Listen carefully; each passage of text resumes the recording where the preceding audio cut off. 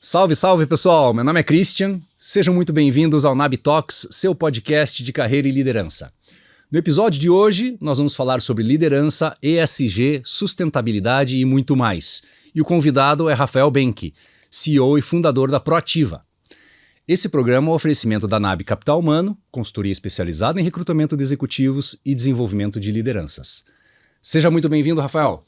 Um grande prazer estar aqui com você e com a sua audiência. Obrigado, Rafael. Pessoal, Rafael deixa eu tomar fôlego aqui, CEO e fundador da Proativa, consultoria especializada em gestão de risco e desempenho em ESG e sustentabilidade. Executivo com mais de 2 décadas de atuação internacional, residiu em 8 países e atuou em todos os continentes, em mais de 30 países. Até 2014 foi um dos 30 principais executivos da Vale, diretor da Vale com responsabilidade global por assuntos corporativos. Anteriormente atuou em posições de relevância no Ministério de Desenvolvimento, na Organização dos Estados Americanos, Associação Brasileira da Indústria Têxtil e de Confecção, Federação das Indústrias do Estado de São Paulo, Organização Mundial do Comércio e Steptoe & Johnson, que é um grande escritório internacional de advocacia, com mais de 100 anos de história, né? Legal. Teve papel protagonista em casos emblemáticos de empresas e direitos humanos, nomeadamente no Pacto para Desenvolvimento Sustentável na Nova Caledônia, bem como em Moçambique, Guiné-Conakry, Indonésia e Canadá. É presidente do Comitê ESG da Câmara Canadense, foi presidente do Centro Brasileiro de Relações Internacionais, membro do Comitê Global de Sustentabilidade da Shell, líder da Iniciativa de Recursos Naturais do World Economic Forum, membro do Conselho Global para Empresas e Paz do Instituto de Pesquisa de Oslo para a Paz e Universidade de Stellenbosch, África do Sul.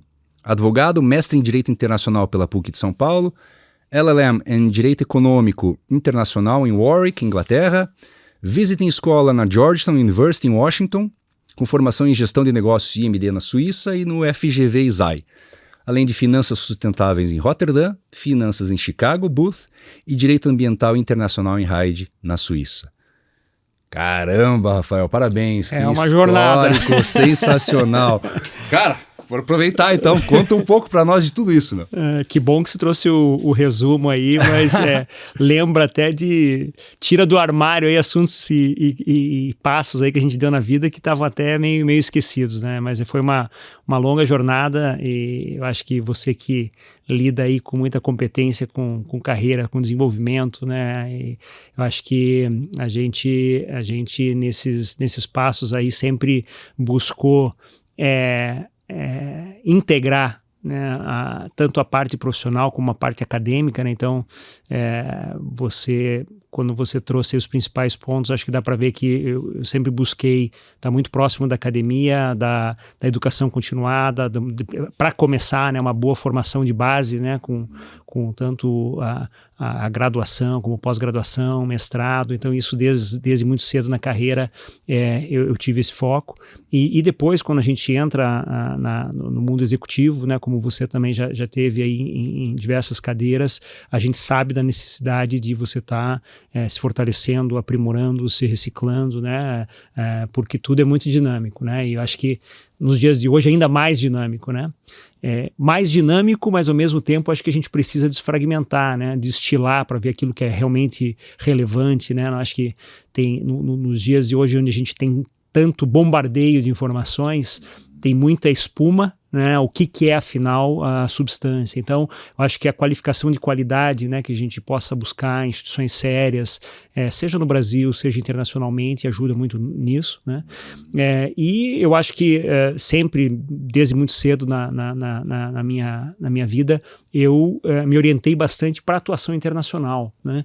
Então, aí você até destacou a necessidade de a caminhada que eu tive, né, de sair do Brasil, de ter experiências fora e tudo isso, né? Então foi uma constante aí na minha carreira, na minha vida, tanto profissional como acadêmica, né? Bacana. E você tem uma formação na área de direito, você sempre já imaginava trabalhar no ambiente corporativo, imaginava trabalhar em escritórios, abrir o seu escritório, como é que foi isso? A gente é de uma geração que era o vestibular, né? Então na fase do vestibular, eu prestei vestibular para 2 cursos, né? Tanto de direito como de economia, né? E entrei nas 2 faculdades, né? E eu estava buscando uma formação e cursos que me me permitissem uma base de conhecimento mais ampliada, que me abrisse um leque de opção posteriormente, né, para eu ter diferentes atuações, né. Então eu não necessariamente me imaginava, e eu acho que não era, na verdade, um plano remoto, e eu acabei mantendo ele remoto, que era de virar um advogado tradicional, né, aquele advogado que vai para o judiciário, que atua né, nas cortes, ou o que seja, né. Então eu sempre busquei, tanto no curso de Direito como de Economia, ampliar o meu conhecimento e ampliar meu leque de opções para depois, para a minha atuação profissional, né? E aí, com a conclusão da graduação, eu pude, né, durante a graduação, entender melhor os focos que eu poderia tomar de atuação, e vi a necessidade de fortalecimento do conhecimento do direito internacional, né? Por isso que eu passei para mestrados nessa área, e aí, à medida que eu fui entrando na carreira profissional, eu fui sentindo a necessidade de outros instrumentais, né, de formação, por isso que eu vou também buscar conhecimento de gestão, conhecimento específico de sustentabilidade, né, e aí navegando diferentes instituições, né. Mas a história foi essa aí do interesse inicial, né. Que bacana. Você trabalhou em 8 países diferentes, né? Conta um pouquinho dessa história, onde você morou, que responsabilidade você tinha. A minha vida começa no Brasil, né? Aqui que eu nasci, né? Aliás, sou curitibano aqui da terra, mas já muito cedo, até dentro dessa orientação internacional, quando eu tinha 15 anos, ainda no colégio, eu fui fazer um intercâmbio escolar. Então, com recém-completos 15 anos, eu fui fazer aquele intercâmbio escolar na Alemanha, né, que era meio fora da curva, né, porque geralmente, na nossa geração, o foco era Estados Unidos, eventualmente Canadá e Austrália, aparecia no meio disso, né, tinha os super fora da curva, que iam estar na Nova Zelândia, né, e poucos em outros países europeus, né, e eu fui logo para a Alemanha, e até o arrepio da língua, né? Que todo mundo se fala, alemão, né? Então seria hoje mais ou menos ir morar na China e ter que aprender o mandarim, né? Então era mais ou menos isso para nossa época. E então E você já estudava alemão? Antes já estava estudando, né, antes do intercâmbio, então eu já fui com uma certa base, mas quando a gente cai na real ali que a gente sente, né? Então foi um processo já de desenvolvimento internacional ali. Eu depois, morando em Curitiba, ainda durante a faculdade, eu vou morar um tempo na França também, no intercâmbio e formação, né? Fico lá meio ano. Depois faço um intercâmbio mais curto, daí de 3 meses na Inglaterra. Então sempre busquei essa ativação. E aí quando eu me formo, né, e depois o meu mestrado em São Paulo, eu ganho uma bolsa do Conselho Britânico, né, que aliás para aqueles que estão em desenvolvimento de carreira, o Conselho Britânico, chamado Chevening, né, com CH, é uma bolsa muito interessante para formação de pós-graduação, mestrado no Reino Unido, né, e eu fui com essa bolsa para lá. E aí entra também o aspecto profissional, né? Eu fui casando essas formações com busca de experiências fora, né? Então eu vou aí trabalhar na Georgetown como assistente de um professor, viro o assistente editorial de uma revista muito conhecida que é o Journal of International Economic Law na Georgetown, e aí vão surgindo oportunidades. Vou para a Organização Mundial do Comércio também em um trainee, né? Daí na Suíça, volto para os Estados Unidos trabalhando como consultor da Organização dos Estados Americanos. Nasce daí a oportunidade daquele escritório que você falou, que é o Steptoe & Johnson, também nos Estados Unidos. Então, as oportunidades vão se alinhando, né, dentro de uma busca pelo aperfeiçoamento, pela capacitação, pelo fortalecimento profissional, né? Então essa foi uma primeira etapa da minha vida. onde eu moro tanto na Europa como nos Estados Unidos, e aí eu retorno para o Brasil justamente para atuar na Federação das Indústrias do Estado de São Paulo, né? Que foi uma posição de muito destaque, muito, muito importante, porque eu era responsável por toda a área internacional da federação, que é a principal federação do Brasil, né?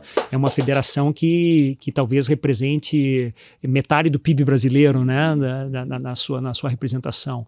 Então, esse meu período foi muito enriquecedor, de atuação muito forte internacional, e até talvez por essa exposição eu sou headhunted, né? Um headhunter vem até mim e me convida para entrar numa empresa que se chamava Companhia Vale do Rio Doce, né? Na época muito menos projetada, tanto pelas boas como pelas ruins, né? Razões boas como ruins, né? Era uma empresa com muito menos projeção, né, do que subsequentemente foi ter, mas já era o colosso que era, né, fundamentalmente baseada no Brasil, né, naquela época, e era uma organização, era uma empresa que estava na iminência de uma internacionalização. Estava no plano estratégico da empresa, estava a ida para novos países e a busca por outros produtos, diversificação, na época de um CEO muito conhecido, que é o Roger Agnelli, né, que veio a falecer depois num acidente aéreo. Então, o Roger montou essa unidade internacional, um departamento específico de internacionalização da empresa, para botar a empresa em parâmetros internacionais de sustentabilidade, de atuação, e sair ao mundo para se diversificar. E eu entro na empresa nessa ocasião, e 6 meses depois da minha atuação na empresa, eu entro numa task force, né, numa força-tarefa da empresa voltada à aquisição, que foi uma das maiores aquisições sul-norte, né, porque geralmente são os países ali do hemisfério norte que compram as empresas do sul, e nessa ocasião foi o contrário. Era uma empresa brasileira comprando uma multinacional canadense, chamada Inco, né, que estava presente em mais de 20 países, era um ícone do país, e eu entrei justamente nessa força-tarefa, cuidando de vários assuntos, inclusive aqueles que a gente chama hoje de ESG, né, de gestão de riscos e questões institucionais, questões de governo, geopolíticas, e participo dessa aquisição. A aquisição teve sucesso, e com a aquisição eu viro um executivo, viro vice-presidente da empresa baseado em Toronto, e aí começa uma carreira internacional dentro da Vale, né? Aí morando primeiro no Canadá há 4 anos, né? E nesse período eu acabei passando também um pouco mais de meio ano numa ilha do Pacífico chamada Nova Caledônia, por razões aí de conflitos com povos indígenas daquela ilha. A gente pode até conversar sobre isso. E depois desses 4 anos de Canadá, que eu tive essa atuação como vice-presidente, eu vou para a Suíça, né, como um executivo global de sustentabilidade da empresa. Fico aí 2 anos na Suíça, até o ano de 2011, e aí retorno ao Brasil como executivo global, cuidando de todos os continentes, né? Bacana. E aí, no Rio daí? Aí, baseado no Rio de Janeiro, né? Então, esse foi o meu périplo internacional aí, entre desses vários países aí que você mencionou, né? Que legal, bicho. E a Proativa?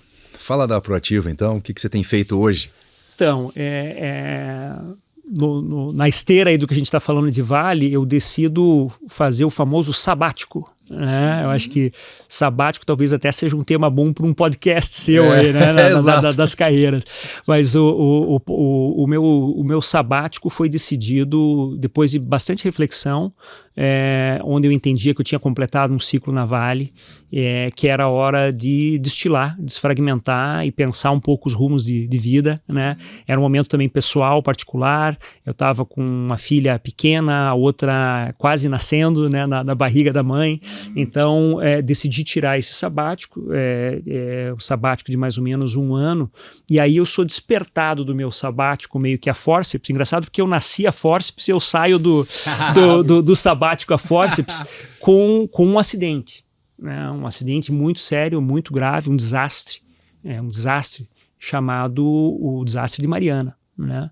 E esse desastre de Mariana, eu sou chamado pela empresa sócia da Vale na Samarco, né, chamada BHP Billiton, que é uma das maiores de mineração do mundo, para ajudar a fazer a reflexão estratégica e direcionamento de como remediar aquele desastre, né? E aí eu volto à ativa trabalhando com gestão de impacto, né? Com gestão de impacto de grandes dimensões, que era algo que na minha carreira eu já vinha fazendo. A gestão de risco, né? A gestão de desempenho, né? Socioambiental internacionalmente. Então, eu volto à atuação dessa maneira e aí nasce a Proativa, né? Então a Proativa, a gente brinca que a Proativa nasce de um desastre, né? Mas para tentar ajudar, né? nessa situação. E a Proativa nasce com um nome muito provocador, né? Porque proativo, e a gente até colocou esse C para meio que latinizar e internacionalizar, né, a marca, assim, mas a ideia era incitar a proatividade. Né? A gente insiste muito com os nossos clientes ou com os nossos interlocutores que a prevenção é o melhor investimento, né? E a remediação, por melhor que ela seja feita, ela sempre é pior, né, do que qualquer prevenção que se possa estabelecer. E custa muito mais caro. Custa necessariamente mais caro, e lógico que isso, sobretudo no antecipar e você prevenir, como é voluntário, né, entre aspas, você buscar a prevenção, nem sempre você faz essa equação do que é mais ou menos. Mas é verdade, Christian, isso que você traz. Cientificamente, né, tem obras científicas que mostram historicamente as várias consequências, que não precisa ser um desastre dessa monta, né?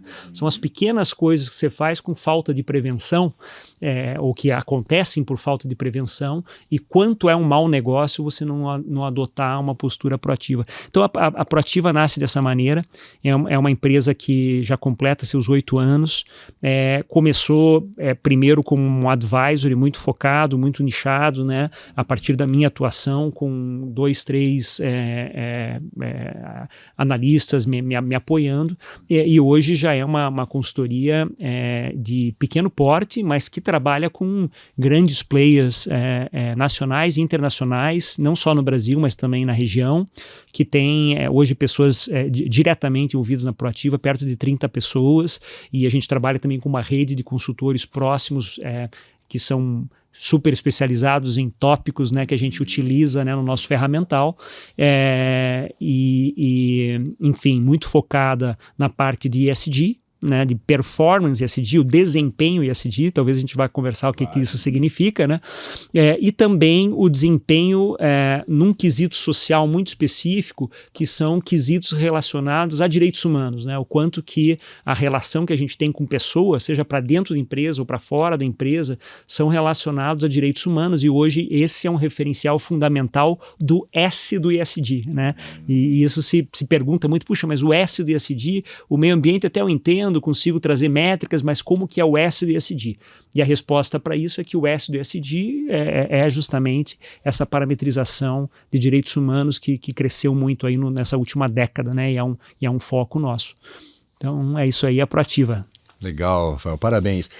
Meu caro, explica pra gente então, para aquela audiência que talvez possa ser leiga no assunto, né? O que é ESG de verdade, sustentabilidade de verdade? Porque são termos que caíram na popularidade, vamos dizer assim, nos últimos anos, né? Então, tenta traduzir isso para o pessoal e o que é de verdade e o que é fumaça. Tá ótimo. Então, eu acho que vamos começar pelo mais amplo, que é sustentabilidade, né? Eu acho que sustentabilidade, ela parte da ideia e ela se descola de uma ideia de que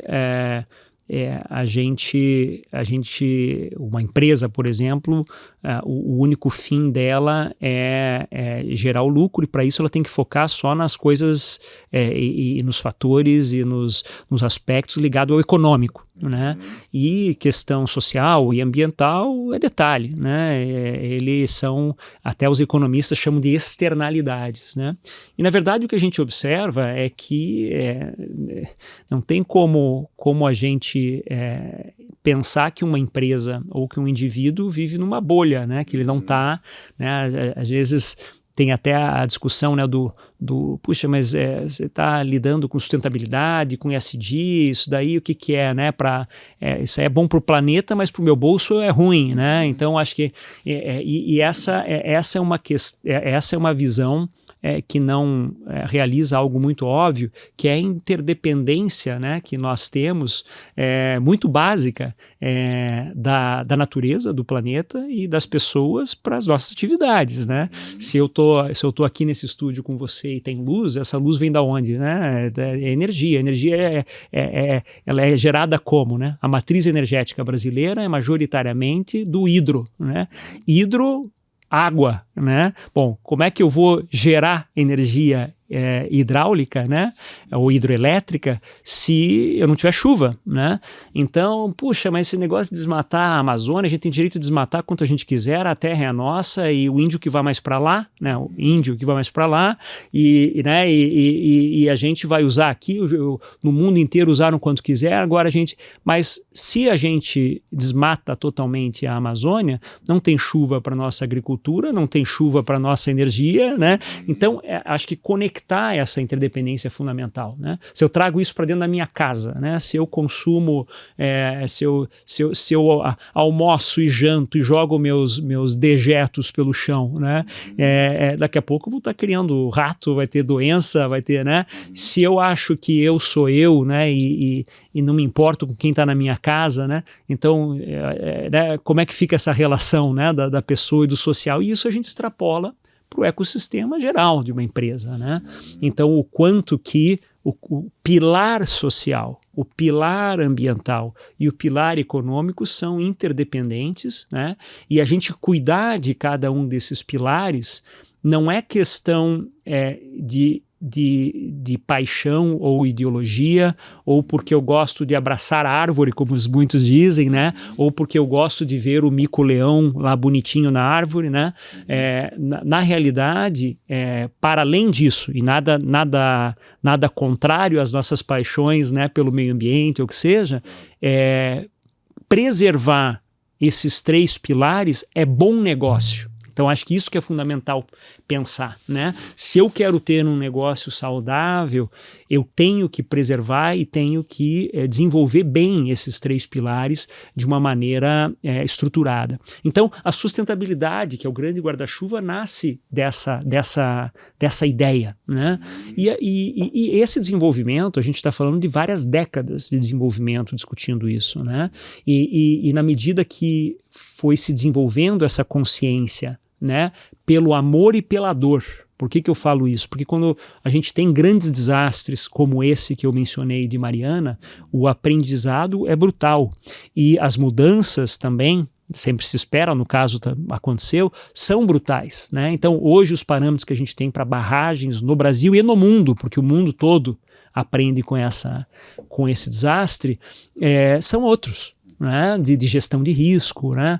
Então hoje com as melhoras que a gente está tendo a partir dessa mudança de paradigma, o risco é outro que a gente tem de se repetir desastres como os que a gente viu recentemente no Brasil, né?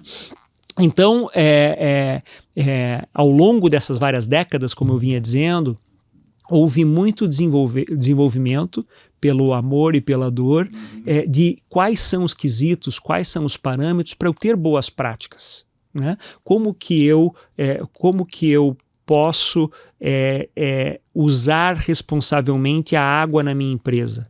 Qual que é a minha capacidade de reuso da água? Ou a água entra por aqui, eu jogo tudo para fora depois de usar no meu processo. Será que eu não consigo fazer uma curvinha de parte dessa água e voltar para o processo e eu reutilizar, né? Então, puxa, nasceu aí um parâmetro, um indicador de quantos % de reuso de água eu tenho na minha empresa. Agora, voltando à questão fundamental, puxa, isso aí é bom para o planeta, é para a água, né? Se quiser eu pago a água. Não é só isso, pode ser um bom negócio. Se eu faço um bom reuso dessa água, ao invés de eu pegar um recurso e jogar ele fora, eu estou reusando essa água sem a necessidade de comprar mais água. é bom negócio. Então, esse é o pensamento para várias questões e pouco a pouco esses quesitos e parâmetros e referenciamentos ambientais foram se cristalizando, né? Da mesma maneira, os quesitos sociais, né? Eu não posso pegar e instalar minha empresa no meio de uma comunidade e não ter um diálogo com essa comunidade, né? Eu não posso gerar ruído, odor, particulados e sem ter um diálogo com a comunidade, entender como que eu vou lidar com esses impactos, né? Então, isso para a parte social. Dentro desse grande guarda-chuva chamado sustentabilidade, nasce um foco chamado ESG. Né? E hoje, pouco, no meio dessa espuma, né, que a gente estava falando, né, no meio dessa espuma toda, o pessoal meio que mistura sustentabilidade e ESG. Mas o ESG o centro mesmo, né, o coração do que é o ESG hoje no mundo são efetivamente os referenciadores, os indicadores que trazem precisão em como uma empresa tem que gerir os seus riscos e impactos socioambientais e que tipo de governança, que tipo de gestão que a empresa tem que ter para conseguir gerir bem os fatores socioambientais. Então, isso é o ESG, né? E para environment, S para social e o G para governança, né? Então, são verdadeiras cartilhas, né? Com vários indicadores, onde as empresas vão verificar cada item, como que ela está fazendo como, né? Não existe uma única cartilha ESG, né? Não existe uma uniformidade, aqui está a bíblia do ESG global, não existe isso. Existem cartilhas setoriais, existem algumas cartilhas voltadas mais ao mercado, a instituições financeiras. Aos poucos, essas cartilhas estão se harmonizando e muito da essência dessas cartilhas se repete. Então, é parte de todo um progresso. Então, com isso, a gente tem aí o grande guarda-chuva chamado sustentabilidade, que vem dessa consciência dos 3 pilares econômico, social e ambiental interdependentes coexistindo, né, que é um bom negócio. E depois, para eu conseguir gerir isso e ser um bom negócio, eu tenho indicadores muito precisos. E esses indicadores muito precisos são tanto uma cartilha para eu fazer o meu bom trabalho na minha empresa, mas são uma cartilha também para os meus stakeholders, né, para aqueles que são interessados na minha empresa, virem e entenderem como que eu estou fazendo. Então, se eu tenho uma empresa Christian King e eu sou um banco, né, Rafael, Bank, né? Eu vou chegar no Christian King e dizer, Christian, nessa cartilha aqui eu queria ver o que você está fazendo. E a gente vai conversar sobre o teu desempenho nessa cartilha. Eu vou dizer, olha, o Christian, do que eu estou vendo aqui, você não está reusando a tua água, 0% de reuso. Né? Então, vamos mudar isso daí, porque isso é mau negócio para nós, a gente está jogando um recurso fora. E por aí vai a conversa do ESG. Que legal. Pessoal, Rafael, acho que muita gente acha que ESG, sustentabilidade, é coisa de empresa grande. O pequeno empresário ali que tem uma pequena confecção ou uma mercearia, enfim, uma indústriazinha com 10, 20 funcionários não tem tempo ou não é prioridade a questão do ESG. Desmistifica isso pra gente, cara. Eu acho que essa frase tem um lado de verdade e outro que a gente tem que desmistificar. Qual que é o lado de verdade? Logicamente, o ESG, aquela mega cartilha, se eu for para uma empresa multinacional, né, a aplicabilidade dela é uma. Né? Logicamente, eu não vou chegar com uma cartilha que eu aplico aqui no Boticário, ou na Electrolux, ou na Vale, ou na Suzano, e vou aplicar para a padaria do Seu José. Né? Então, hoje há uma consciência muito clara em todos esses referenciadores de que tem que haver uma proporcionalidade. Né? Agora,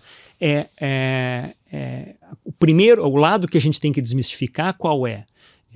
Se eu conseguir ter a inteligência de análise, né, a capacidade de análise de como o meu negócio está funcionando, e mesmo que ele seja de menor porte, onde que eu posso, em primeiro lugar, entender riscos e impactos que eu posso gerar né? Tanto sociais como ambientais, entender como eu estou lidando com isso, né? E, em segundo lugar, dentro do meu negócio, onde que eu posso otimizar minhas práticas, né? Buscar oportunidades que podem ter inclusive um colateral, né? E terão um impacto positivo social ou ambiental, como que eu trago isso como um bom negócio, eu não preciso ser uma mega empresa internacional para fazer isso acontecer, né? A gente vê hoje, por exemplo, vários pequenos empresários adotando no seu negócio um painel solar, né? Puxa, mas é porque eu estou comprometido a reduzir o aquecimento do planeta em 1,5 graus. Não, isso é o mega discurso internacional, né? De 2030, os ODS, a Conferência do Clima, mas aqui para o meu negócio, hoje o uso de energias alternativas pode ser um bom negócio em termos de economia, né, financeira para aquele negócio, com um colateral interessante de como eu estou fazendo outros usos de energia, às vezes até de energia poluente, né, ao invés de usar lá um gerador onde eu estiver operando, o que seja. Então, eu acho que essa consciência é muito importante, né? Eu acho que dentro do contexto social, quando eu estou preocupado com o meu cliente, quando eu estou preocupado com os meus colaboradores, né, de se eles estão em risco ou não, né? Em primeiro lugar, meus colaboradores, a atividade deles é uma atividade de risco, né? Eles estão usando o equipamento adequado, né? Se eu estou cumprindo normas trabalhistas, que é uma coisa simples, né? Eu já estou praticando o ESG, né? Hoje o ESG global, né, que a gente tem vários desses referenciadores internacionais, vão perguntar questões muito básicas trabalhistas que aquele que segue minimamente a legislação trabalhista brasileira está cumprindo, né? E isso é tão interessante, e veja, isso não tem tamanho, né? O pequeno negócio está fazendo isso. Então, veja que tem empresas, por exemplo, recentemente saiu aí até notícias aí, né, nas principais mídias aí do Brasil, da empresa de moda chamada Vert, né? VRT, né? Que é uma empresa de capital estrangeiro que escolheu o Brasil, né, como país para seu investimento e produção dos seus produtos, tendo como uma das principais razões a segurança da legislação trabalhista brasileira.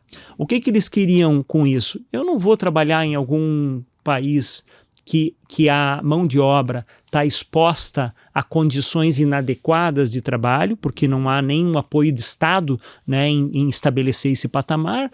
Eu vou para o Brasil, onde eu sei que há um patamar exigido que vai me colocar numa posição mais segura, né, de como eu vou estar desenvolvendo minhas atividades, e eu vou buscar o Brasil para isso. Então, o ESG pode ser até vantagem competitiva para um país ou mesmo para um negócio, né? E falando nisso, isso entra na questão de cadeias produtivas, né? Porque a gente vê o sarrafo de demandas, né, sobre ESG, né, sobre direitos humanos, subindo no mundo todo, e isso não é coisa de estrangeiro só, porque a gente está ligado em cadeias regionais, cadeias globais, né? E a partir dessas interações, as empresas maiores vão pedindo para os seus círculos diretos e indiretos de fornecedores as mesmas práticas, porque o consumidor, né, ou o cliente não está interessado só no que a Christian King Limitada está fazendo, né? Se todo mundo em volta é trabalho escravo, né? Então isso é para a questão trabalhista, isso é para questões ambientais, né? Então essa cartilha ESG está muito na nossa realidade, né? Não é uma coisa lá nem de outro planeta e nem de mega empresa, né? Bacana. Interessante. Desmistificou um pouco disso, né? Porque o pessoal acha, siglas em inglês, não entendo, o que é isso? Isso é coisa de Vale, isso é coisa de Itaú, mas não para mim, né? Interessante. Cara, quais são os principais desafios que as organizações enfrentam ao tentar implementar ESG? E como é que você e tua empresa ajudam essas empresas? Eu acho que assim, um grande risco é não tomar o caminho estruturado para o ESG, né? Porque ao mesmo tempo que o ESG, de um lado, a gente tem muita gente desconfiada, de outro, ele gerou todo um holofote para o assunto, né? Então surgem as mais diversas soluções, né? Soluções Tabajara, soluções, né? E aí todo mundo virou especialista em ESG do dia para a noite, né? Se você for ver quantas consultorias e especialistas em ESG havia antes de 2020, não precisa nem ir muito atrás, 2020, quantos que haviam e quantos passaram a existir depois de 2020, e o engraçado é que aqueles que surgiram já surgem com 10, 20 anos de experiência em ESG, né? Então eu acho que esse é o ponto de cuidado. Né? Como que eu começo? Né? E eu acho que o grande risco para uma empresa é entrar no carnaval, né? É entrar na espuma, né? Então eu vou fazer uma super ação aqui, uma super iniciativa dentro da minha empresa de diversidade e inclusão, vou bater um bumbo, né? E enquanto isso está tendo várias outras impactos negativos, etc. Né? Então, assim, vai fazer o carnaval, né? Vai festejar e vai jogar todo um confete em torno de um assunto quando não faz o básico da sua gestão de riscos e impactos, né? Então, a agenda ESG e a agenda mais ampla de sustentabilidade de uma empresa tem que ser muito responsável, né? A empresa tem que começar por saber quais são seus riscos e impactos. Toda empresa tem riscos e impactos. Não é feio ir atrás e saber. O feio é jogar embaixo do tapete ou fechar os olhos. Não só feio, você está levando risco para o teu negócio quando você não está fazendo isso. Então, a primeira coisa que uma empresa precisa fazer é entender seus riscos, entender seus impactos e, a partir dessa compreensão, ter um plano. Ter compromissos, ter metas do que eu vou fazer para mudar aquela circunstância.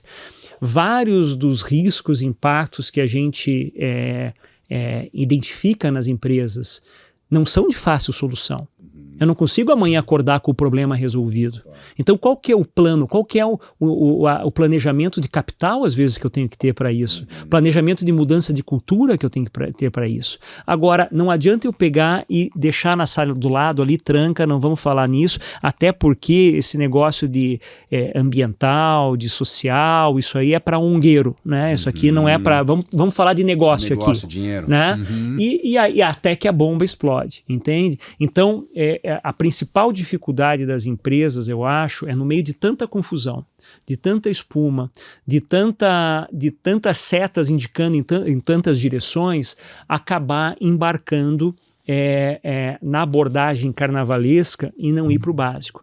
Não tem nada contrário em festejar conquistas, né? Não é feio você celebrar e motivar as empresas em impactos positivos que você está tendo socioambientalmente. Só que isso tem que ser feito em um contexto integrado, estruturado, onde eu começo com a minha lição de casa, né?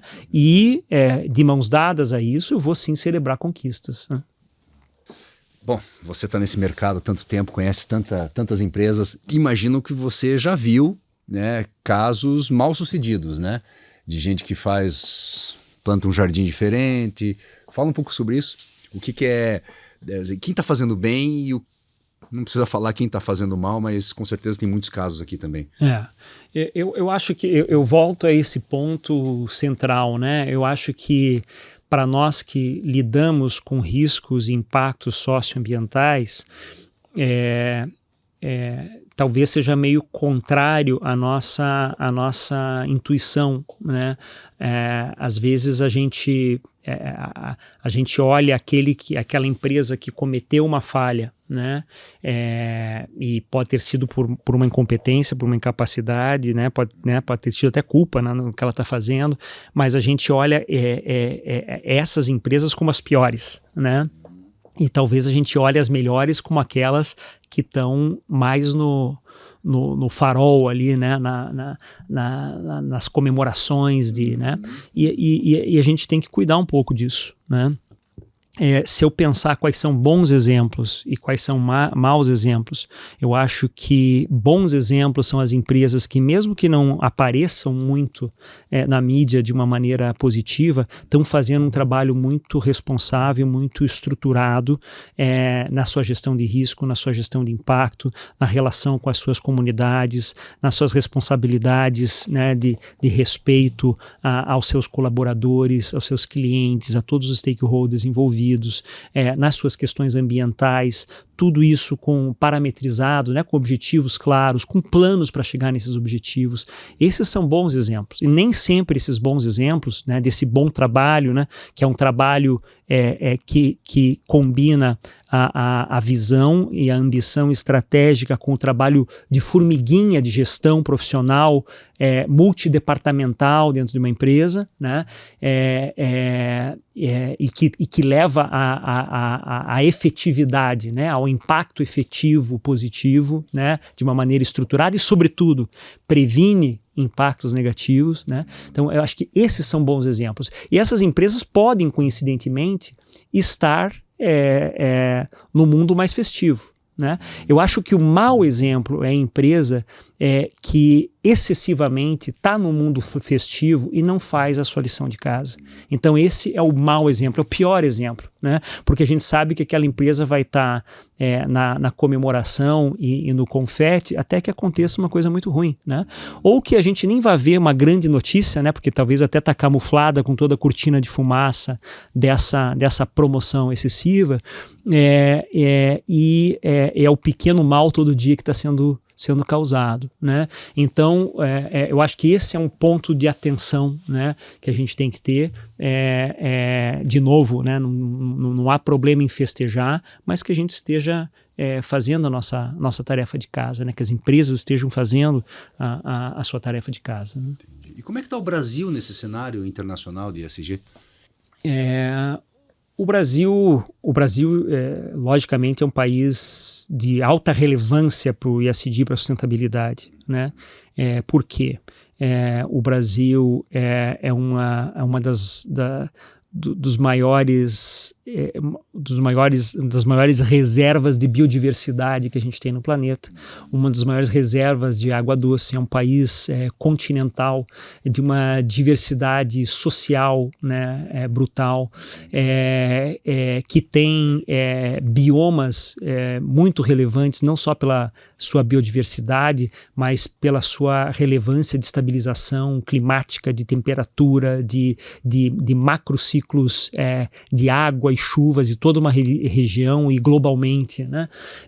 O Brasil tem questões indígenas, né, muito relevantes, de povos indígenas, de comunidades tradicionais dentro dessa riqueza social que a gente estava falando mais cedo. O Brasil é um país de peso, né, econômico, né, e na geopolítica internacional, é um país que influencia muito, né, e é um país que é referenciado internacionalmente, né? Por todas essas razões, o Brasil é um país estratégico na comunidade internacional, nas cadeias de valor internacionais das empresas, e até dentro desse contexto de cadeia, o Brasil é um player fundamental nessas cadeias. Ele é um grande fornecedor de vários produtos, de várias commodities, né, fundamentais nas cadeias internacionais. Então, ele é um elo fundamental também econômico, né, nessas cadeias, né, ligado à segurança alimentar internacional, né, agora entrando também na segurança energética. Então, é um player fundamental.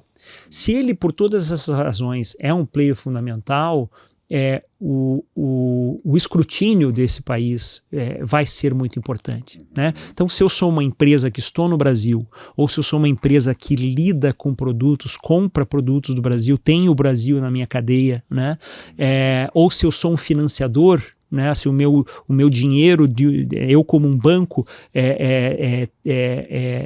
financio, né, empreendimentos, cadeias que estão conectados ao Brasil, eu vou estar nesse palco, né? Então, os potes aí, né? Os faróis aí que iluminam o Brasil por causa de todas essas razões, vão iluminar também essas relações, né? E assim, o escrutínio sobre todos os agentes que estão no Brasil é muito alto, né? Então, quando a gente fala, puxa, mas aí estão em cima do Brasil, o que é preconceito, isso é coisa de esquerda, é coisa de direita, o Brasil, por essas razões estruturais, ele será sempre muito escrutinizado, né? E aí entra toda aquela cartilha internacional, né? Os grandes temas de sustentabilidade internacional que vão agir tanto sobre o país como um todo, né, nas suas políticas públicas, em acordos internacionais, né, em restrições de mercado internacionais, em razão desses fatores estruturais do Brasil, como também no microeconômico. Quer dizer, isso aí vai chegar no agente específico, na empresa específica, de como ela está praticando, né? E todos os agentes que escrutinam isso dentro do país, sistemicamente estão sofrendo essa pressão. Então, o que o Ministério Público está fazendo sobre isso? O que o Ministério Público Federal está fazendo? O que o IBAMA vai fazer? O né? O ecossistema de ONG sobre isso, o ecossistema, né? Então, todos os agentes que interagem, né, nesse ecossistema, né, de pessoas e de assuntos, estão sob essa pressão da relevância do Brasil, né? E aproveitar aqui, cara, emendar o tal do desempenho ESG, o que é? É um ranking, as empresas são avaliadas e comparadas? Explica pra gente, por favor. Então, essa pergunta é muito boa, né? O desempenho, né? Porque eu acho que se há entre os bons, a gente estava falando quem que é bom, quem que é ruim nessa história, né? E se é uma coisa, algo que é diferencial para uma empresa, não é só onde ela se encontra, mas o que ela traz de solução, né? E quando a gente traz para o ambiente de gestão, né, você que é um gestor aí exemplar, o que a gente não mede, a gente não consegue gerir, e se a gente não consegue gerir, a gente nunca terá desempenho. Qual que é a minha meta? Né? Qual que é a minha meta? Se eu tenho, voltando ao exemplo mais cedo, se eu reuso 0% da minha água, é um problema, certo? Como que eu vou endereçar esse problema? Eu tenho que ter uma meta, né? Se eu disser que daqui 3 anos eu quero ter o reuso de 50% da minha água, daqui 3 anos eu vou olhar teu resultado, eu vou ver se você está a 40 ou se você está a 60, né? Se você tiver a 30, eu vou dizer, Christian Limitada, você teve um mau desempenho, né? Agora você dizer assim, olha, eu estou com um reuso de 80%, e eu vou dizer que pagou o meu investimento, né, de processamento da minha água, e agora eu estou colhendo os benefícios, está gerando mais lucro para a minha empresa. O Christian, parabéns, você teve um desempenho excelente, né, além da sua meta, né, no quesito reuso da água. Então, a questão do desempenho do ESG é hoje a principal oportunidade e o principal desafio do mundo, né? Porque não é só eu saber qual que é a minha linha de base, o meu ponto de partida, é eu saber onde eu quero chegar, né? Em que cronograma, porque aí eu vou avaliar meu desempenho. E você sabe que a gente é entendedor até desse desafio das empresas. A gente viu 2 desafios centrais, Christian. Primeiro, voltando à tua pergunta original, o que é o ESG na prática, né? Outra temática que é muito colocada, né, de empresas e direitos humanos, o que é essa história de direitos humanos dentro de empresa efetivamente? Essa é a primeira pergunta, né? E outra é o que eu faço com isso, né? Então, o que a gente desenvolveu primeiro na Proativa e agora numa empresa nova que a gente tem, que é uma empresa ESG Tech, tá? Que a gente pode até conversar. Mas o que a gente desenvolveu? A gente desenvolveu o que a gente chamou de termômetro ESG e termômetro de direitos humanos. O que é esse termômetro? A empresa entra numa plataforma eletrônica e nessa plataforma eletrônica ela tem várias perguntas, hipóteses e respostas que o sistema processa de uma maneira ponderada, dependendo da resposta da empresa, e aquilo gera um informe gráfico né, tangível sobre os mais diversos fatores daquelas cartilhas ESG de direitos humanos, né?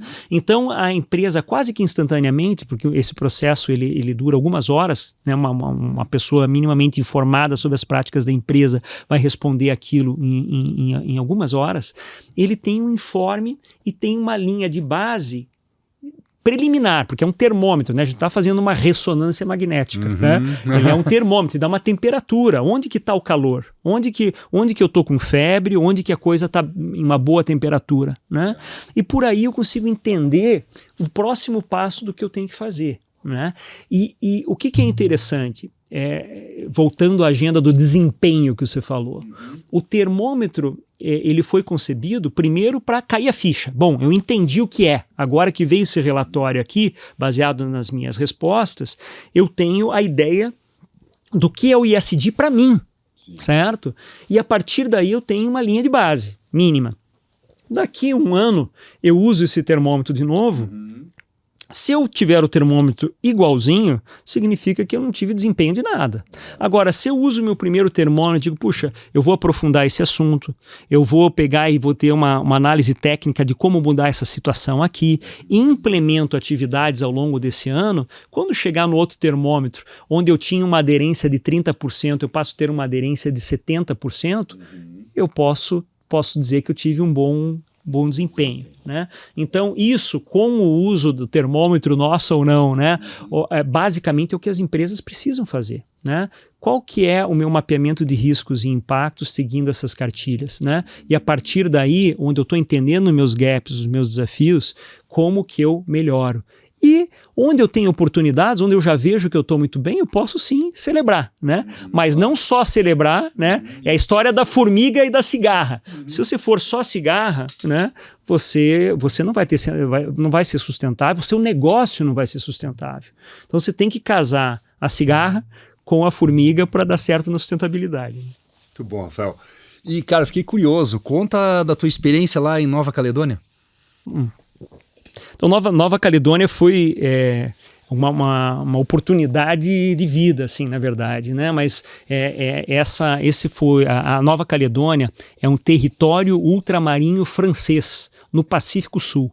É uma ilha no Pacífico, no meio do nada. Né? Você fica a 2 horas de voo da Austrália e 2 horas de voo da Nova Zelândia. Né?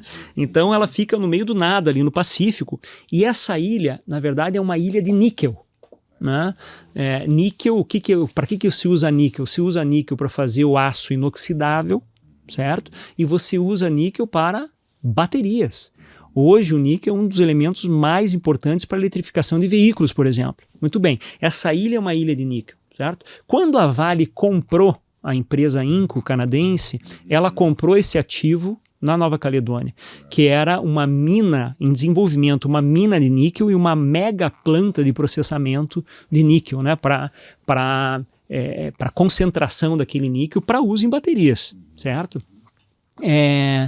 Só que tinha alguns fatores muito relevantes nessa ilha, que era o fator de ser um território ultramarinho, a população nativa, os aborígenes, né, da Nova Caledônia, são chamados Kanak, né, que são melanésios do Pacífico, tinha uma relação muito conflitante historicamente, tanto com a França, né, que chegou a quase uma guerra civil na década de 80, com morte de várias dezenas de pessoas pela repressão do Estado francês, com uma ambição independentista, né, daquele território, deixar de ser parte da França, também de bastante atrito, e o histórico daquele investimento foi um histórico muito controverso, né, porque o desenvolvimento daquele projeto faltou uma abordagem adequada com as comunidades tradicionais daquele território, né? Então, essa situação toda e o desenvolvimento do projeto de uma maneira mal concertada e mal acordada com as comunidades tradicionais chegou a um ponto de erupção. Né? Isso foi se levando, o conflito foi aumentando, até que essas comunidades invadiram o site que estava em construção, houve quebradeira, milhões de dólares de desperdício, e com isso o poder, né, estatal ali revogou as licenças de exploração e de instalação, né, da mina e da fábrica, e a licença de operação, né? Então instalou-se um mega problema, né? Veja, esse era um investimento de quase 8 bilhões de dólares, né, nessa ilha.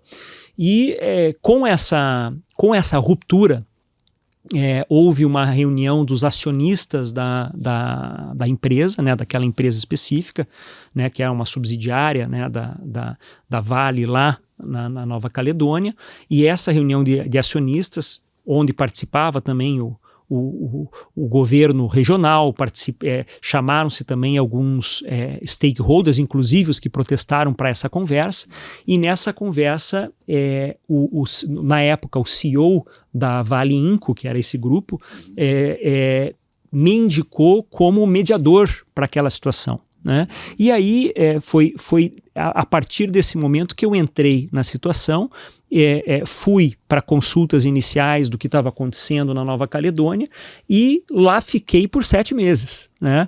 Então foi um processo que eu mergulhei dia e noite, 24/7, né, como se diz em inglês, 24 horas por dia, 7 dias por semana, até porque muitas das reuniões eram feitas nos finais de semana, dado os rituais, né, as tradições das comunidades tribais, e foi um processo fortíssimo de engajamento, com mais de 300 lideranças indígenas, com várias conversas ampliadas com as comunidades, e esse processo foi muito extenso, porque o tecido social estava muito deteriorado, né? Os vários anos de má gestão, né, ou de a gente focar só no econômico e não nos pilares de uma maneira integrada, geraram grandes rupturas, não só da empresa com relação às comunidades, mas de disputa entre os diferentes clãs e tribos, né, inclusive com mortes entre, né, essas diferentes tribos e clãs. Então o processo foi lento, porque nós tivemos que passar por um processo de reconciliação, né, dessas pessoas, dessas tribos, de reestruturação de como seria aquele ambiente, aquele território, aquela relação entre a empresa e as comunidades e o meio ambiente, para que aquilo desse certo, né? E isso dentro de práticas corporativas e dentro das limitações que o Estado francês também oferecia, né? Então, esse processo, que foi um misto de negociação com mediação, reconciliação, chegou ao que se chamou o Pacto para o Desenvolvimento Sustentável, né? E realmente foi um grande pacto de vários agentes, de vários segmentos ali das comunidades, com a validação e envolvimento de várias camadas, né, tanto costumeiras como de Estado, né, e a participação da empresa. E esse pacto integrou o econômico ao social, ao ambiental, ao cultural, né, e propiciou uma nova plataforma de sustentabilidade para aquele desenvolvimento, né, inclusive recursos envolvidos na empresa, né, desde políticas de reflorestamento, de políticas de desenvolvimento socioeconômico, de uma governança para que todas as partes fossem ouvidas. Havia muita preocupação com questões ambientais, houve o envolvimento das comunidades, envolvimento técnico para o monitoramento, né, de indicadores. Veja lá a importância do ESG. As comunidades se envolveram, passaram a se envolver a partir desse pacto na verificação de indicadores, compreendendo aqueles indicadores para entender, né, onde como que estava o desempenho daquela empresa, né? E nessas conversas nasceram também novos compromissos de desempenho. porque haviam questões ambientais e sociais maltratadas pela empresa, que foram reformadas em virtude desse diálogo, inclusive com investimento de capital, para que os indicadores se adequassem a melhores práticas e, com isso, reduzissem ou eliminassem impactos negativos socioambientais. Então, esse foi um processo. Agora, o interessante desse processo é que esse processo terminou por volta de agosto, setembro, se não me engano, e 2 meses depois eu já tinha retornado a Toronto, que era onde eu estava baseado na época, né? Eu era vice-presidente da empresa. E aquela época ainda era telefone fixo também, né? Junto com o BlackBerry, né? Que tinha na época. Aí eu bateu o telefone e a minha assistente diz, olha, tem um telefonema aqui, é uma pessoa do Alto Comissariado da ONU de Direitos Humanos, né? E gostaria de falar com você. Eu disse, não, por favor, pode passar a ligação. E passa a ligação e essa pessoa pergunta, escuta, o senhor é o Rafael Benck? Eu disse, sim. O senhor esteve envolvido nas discussões com os povos Kanak da Nova Caledônia, referente ao Pacto para o Desenvolvimento Sustentável? Eu disse, sim. Já pensei, puxa, deve ter estourado alguma coisa aqui. O que aconteceu, né? Ela disse, então, nós gostaríamos de dizer que nós vínhamos monitorando primeiro o país, aquela região, por muito tempo, porque é um hotspot, né, uma área quente de direitos humanos internacional, né, dados os conflitos históricos, né, e nós vínhamos monitorando o desenvolvimento com atenção para ver se poderia chegar a um apaziguamento da situação daquela região do território, né, e ficamos muito felizes com a notícia da chegada do pacto. Eu disse, puxa, fico contente que seja essa a situação. Ela disse, não só isso, eu gostaria de dizer para o senhor que nós vamos fazer um workshop em Moscou, né, um grande seminário em Moscou, um encontro internacional, e o seu caso foi escolhido como um benchmark global da relação de recursos naturais com povos indígenas e comunidades tradicionais. E nós gostaríamos de chamá-lo a Moscou para apresentar o caso da Nova Caledônia. Eu disse, olha, fico muito feliz. Ainda bem que eu perguntei essa história, Rafael. Pô, a gente quase terminando a não perguntar, cara. Fico muito feliz, né, que você me convide para isso. Agora eu só posso aceitar esse convite se o outro lado participar, que são representantes da comunidade, das comunidades tradicionais, né, dos povos Kanak da Nova Caledônia, para que lá estejam. Então, participaram dessa reunião em Moscou. Nós nos encontramos lá, comemoramos, inclusive, com um copinho de vodka na época, e uma das pessoas que estava lá, inclusive meu homônimo, porque ele é Rafael também, Rafael Mapu, ele era um dos maiores oposicionistas e mais radicais, né, e que participou, inclusive, dos levantes de invasão de site e tudo isso, estava lá trazendo o exemplo de como que a gente desenvolveu, né, essa reconciliação e esse pacto para o desenvolvimento sustentável, né? Que experiência sensacional e que legado, né, Rafael? Pô, é verdade. Por isso que eu disse isso, uma experiência de vida, né? Uma oportunidade de vida, né? E um legado sensacional para milhares e milhares de pessoas, comunidades. Parabéns, muito legal. Rafael, passa muito rápido. Nosso tempo está quase terminando, então vou aproveitar, cara, te pedir indicações de livro, podcast. O que você está consumindo aí nos tuas horas vagas?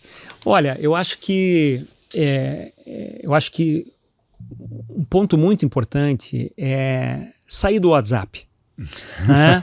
Eu acho que esses dias eu estava falando com um primo que mora lá no interior, uma cabeça super boa, e ele disse assim, Rafael, a gente estava discutindo a questão da espuma, né, dos assuntos e fake news, e ele falou assim, Rafael, eu tenho acordado comigo mesmo e até na minha família, que é o seguinte, tome o que circula no WhatsApp como fake news, né? Não é que o que está ali pode ser mentira, né? Tome como uma inverdade, né? Até que se prove o contrário, porque você vai estar mais seguro, né? Então, claro, estamos exagerando aqui, mas eu acho que o principal é a gente sair da fonte de informação por WhatsApp, né? Do feed que nos é imposto por WhatsApp, do feed que nos é imposto por um Instagram, salvo o seu sei a procedência, né? Aquele feed que corre inconsequente, solto, né? Que a gente não sabe de onde vem, né? Fuja dele. Agora, se eu estou num grupo de WhatsApp da Nabi, outra história, porque eu sei a fonte, sei a seriedade, né? Agora, cuidar com isso em primeiro lugar. Né? Depois, eu acho que a temática de sustentabilidade, ela está muito especializada, né? E aí realmente é importante a pessoa buscar as fontes muito focadas em cada um dos assuntos para que busque a melhor fonte para sua informação, né? Eu acho que o que a gente pode recomendar que tem feito um trabalho muito sério no Brasil, né, em termos de sustentabilidade. Nós temos a Fundação Getúlio Vargas, né, nós temos a Fundação Dom Cabral, o INSPER também tem desenvolvido algumas iniciativas muito interessantes que ligam à sustentabilidade. A gente tem no Brasil o Conselho Empresarial Brasileiro de Desenvolvimento Sustentável, que conecta muito a sustentabilidade e as práticas corporativas, né? Esse conselho chama CBEDS, né? Ele é ligado ao World Business Council for Sustainable Development. Então é uma rede internacional que congrega essa relação do mundo corporativo com a sustentabilidade, com vários manuais, vários insights, e a partir dali a indicação de literatura muito boa, né? Existem algumas universidades internacionais que se dedicam a isso.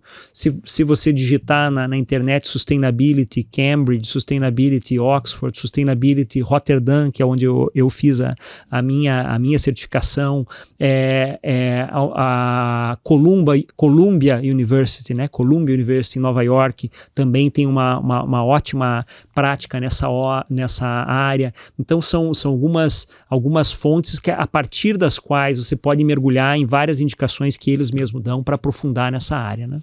Entendi, sensacional. Mas e você? 2, 3 livros que marcaram você? Olha, eu tenho ultimamente na parte de leitura, eu tenho dedicado bastante à leitura voltada à educação infantil e adolescência. Mas me interessa mais ainda, Rafael. Tomando nota já.